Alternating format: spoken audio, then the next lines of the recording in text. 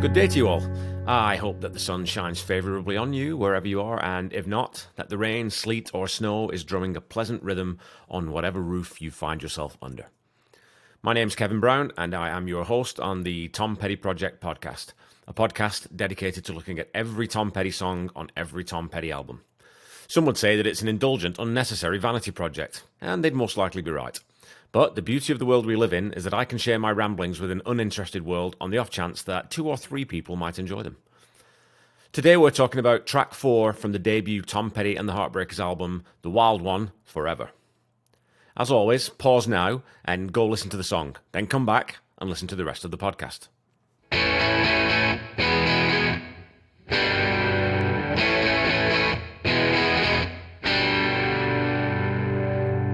The Wild One Forever is a firm favourite among Tom Petty fans, but was another song that was very rarely played live after 1980. The song was included on the B-side of the US version of the original single release of Breakdown. And in conversations with Tom Petty, Tom says that although the song is one of his wife Dana's favourites, he can't always play everyone's favourite song, not even his wife's. So that maybe gives it more of a cult status, because it's certainly not one that a casual listener necessarily knows. Every hardcore fan has those deep cuts by bands that they love. For example, in my opinion, It's Late from News of the World is the greatest Queen song that nobody knows. And for a lot of Tom Petty fans, I think The Wild One occupies that same kind of space. The song starts out very simply, with a gently strummed acoustic guitar part, and I find it really interesting in a geeky way that there's an accidental guitar note in the right channel in the opening bar. It feels somewhat uncharacteristic to leave that in, or perhaps even professionally sloppy, but it kind of adds to the raw, live off the floor energy of the song. And I'd be willing to bet, though, that Jimmy Iovine, Jeff Lynne or Rick Rubin wouldn't have left that in, and you'd never really notice it if it wasn't there. But it's a little anomaly that I like. Kind of like Keith Moon coming in about 20 BPM too fast on The Who's Baba O'Reilly. The guitar is panned hard left, and the piano, when it comes in, is panned hard right. And I really do love that very deliberate separation of sound. Honestly, listening to music under a good pair of headphones is just one of the great joys of life, as you hear so much more of the detail and you experience what the producer was doing in the mix, as well as what the band was playing. Stan's drums are recorded really flat in this one, without a ton of reverb. They have a really small room feel to them, while the guitars, piano and vocals are all quite atmospheric. So the rhythm section is really clean, and it cuts through and guides the track like a set of train tracks steering a big piece of steel. Stan really sits on that bell in the verses, and that chiming treble clarity matches Tom's vocal delivery beautifully. The song sees Mike Campbell really sitting deep in the pocket and not soloing or accenting too much. The guitar line is basically a suspended arpeggio running over the second and fourth notes. And in sitting further back than on those first 3 tracks on the album, Mike and Benmont really just give balance to the drums, bass and vocals, which are the parts that sustain the anxious energy of this song. The acoustic guitar uses a great up pick too, which adds to the really treble-heavy feel throughout. Stan definitely gets more rope to play with in this one and has some solid tom-led fills that are delicately handled.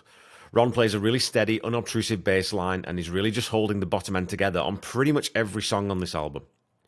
Again, the treble is pretty high everywhere else on the song, from the cymbal-heavy verses, Tom's higher-pitched delivery and that guitar lick, so the bass actually stands out more because of that. Going back to Mike's simplicity in the guitar part, we get some different guitar accents only late on during the outro, and it's a very subdued guitar part that lets the drums and vocal carry the weight of the song.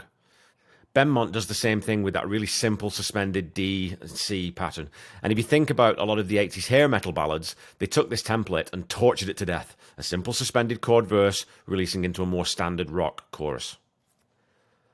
All these intricacies of arrangement, though, are all designed to complement what might just be the best vocal performance on the album. Because the song is all about Tom's urgent, despairing vocal and lyrics. Again, flipping convention on its head, the chorus ends up being quite a lot more wordy than the verses, which are more ephemeral, with the payoff then becoming more passionate and more personal.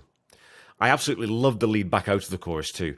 It's fairly formulaic, progressing slowly down through D, C, B minor, A, and it's not an earth-shattering progression, but when it's applied this well, it fits perfectly within the song. And Tom was the absolute master of simplicity so often. When you listen closely, buried in the mix a little is a muted, distorted guitar on the left channel, which gives the chorus just a little change in personality and pads out the sound slightly, so it's less Spartan in how it feels. Added into this sonic build in the chorus is a Ron Blair cello part, which Tom, again in conversations with Tom Petty, comments on. He doesn't play the cello, but he just fashioned out enough that he could play the chorus part. If you remember, last week we were talking about Charlie Sousa playing sax on Hometown Blues in a sort of, well, see if you can do it way, and so Ron picking up a cello seems to be quite fitting. And like those sax stabs, that bit of bass texture the cello brings to the chorus really works. These subtle additions add to that transition between yearning and acceptance in the lyrics. The song never really just goes full rock and roll, and you could easily build this into a frenetic, distorted, Mike slaying it on guitar jam, but it wouldn't really fit the tone of the lyrics at all, which have that unrequited love feel to them. Just reminds me of being 17 and dating someone your parents or friends just don't get, and not understanding why the world can't see that actually this is the greatest romance since Romeo and Juliet. In reality, adolescent heartache never involves well-dressed young men holding up boomboxes outside their girlfriend's window, unfortunately. The drums drop out at key moments, then come back in and are spare and then heavy, and Benmont adds in some extra energy to the piano line, but again, it's very in the mix and not leading anything. That reservation and release is again very familiar to anyone who's been in love when they were young and frustrated that this wasn't happening like it does in the movies. Paul Zolo told Tom that he thought that the song sounds as if it could have been Springsteen-inspired, and that was definitely one of my first impressions of this one too, or maybe a sort of visceral reaction to it. Along with Rebels from Southern accents, it has that same, I don't know quite how to describe it other than a Bruce vibe to it. But Tom said that back then he really wasn't listening to Springsteen, so we're likely looking at a case of convergent evolution that shows that the experience of young Americans was pretty much identical in both the South and in New Jersey. The song has that real shared experience of teenage frustration to it, with the protagonist bemoaning the fact that he's in love with a rebel who doesn't fit society's norms.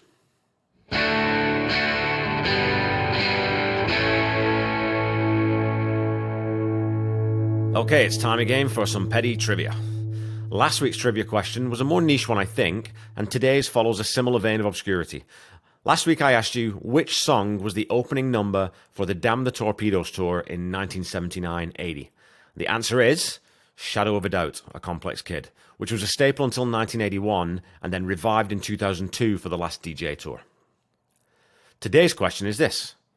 Which artist released the Grammy award-winning album The Missing Years in 1991, which saw Howie Epstein in his debut as a producer and most of the Heartbreakers play on the record?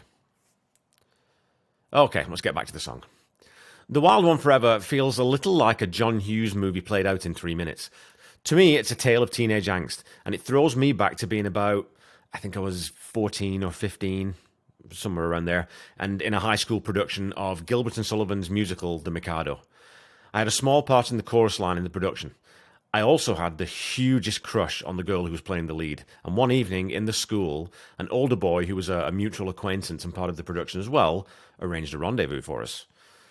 As I stood hopelessly in the doorway of a dimly lit music room, he told me as he left to go and stroke her hair while she was playing piano.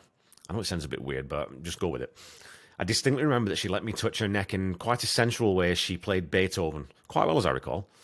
I remember clearly thinking then that I'd do anything, including die, to be with her. But being a spotty, skinny, nervous kid, and not having any sort of moves or any sort of confidence that could facilitate such a situation, needless to say, the moment passed fairly quickly and fairly awkwardly.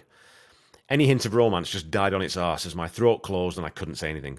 There's really only so long you can run your fingers through a girl's hair without saying anything until it gets a bit weird and really awkward. I don't think I ever talked to her again as I was too embarrassed and too terrified to look into the eyes of someone who I'd completely baffled. But that sense of absolute heart sickness and longing and crying into your teenage pillow is what always hits me whenever I listen to this song, as it captures that mood absolutely perfectly. Okay, that's episode 4 in the bag. Don't forget to go back and listen to the song again, and while you're listening, try to summon an image of your high school crush and see if you get the same shivers I always get when I listen to this song.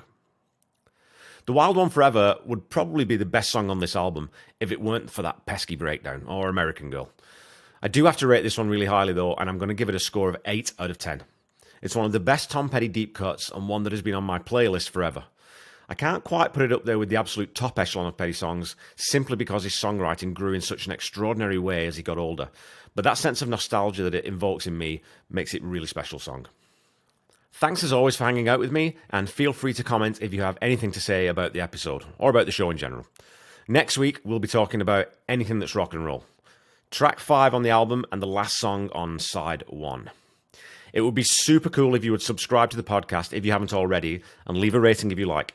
Remember to follow me on Facebook, Instagram, Twitter, at Tom Petty Project, or at The Tom Petty Project on Instagram, and let me know what you think. Don't forget to join the Tom Petty Nation Facebook group, as I told you last week.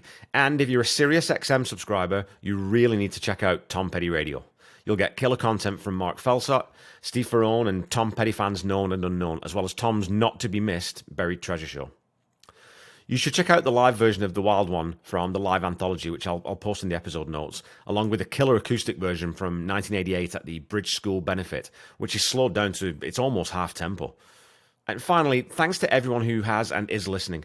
I've been really pleasantly surprised at how many people out there are taking time out of their lives to share my passion for Tom's music, and I hope we can continue our relationship for the next 5 years or so. Today I'm going to leave you with a poem about music by a poet named Lucy Rudman that I found online. I feel that it expresses very well how Tom Petty connects with us all so intimately. Where words fail, music speaks. It speaks of the pain, of the sorrow, of the lost, of the life we live. It shares emotions. It's a way to connect, to understand what others feel. Where words fail, music speaks. It tells the truth, whether you want it to or not. Music shares the souls of those we're around, of those in the world that we're living.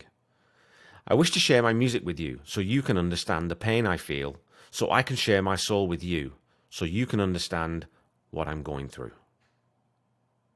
Until we meet again next week, folks, be lovely to each other and fire up some Tom Petty on your devices, in your cars, and on your turntables. Bye-bye.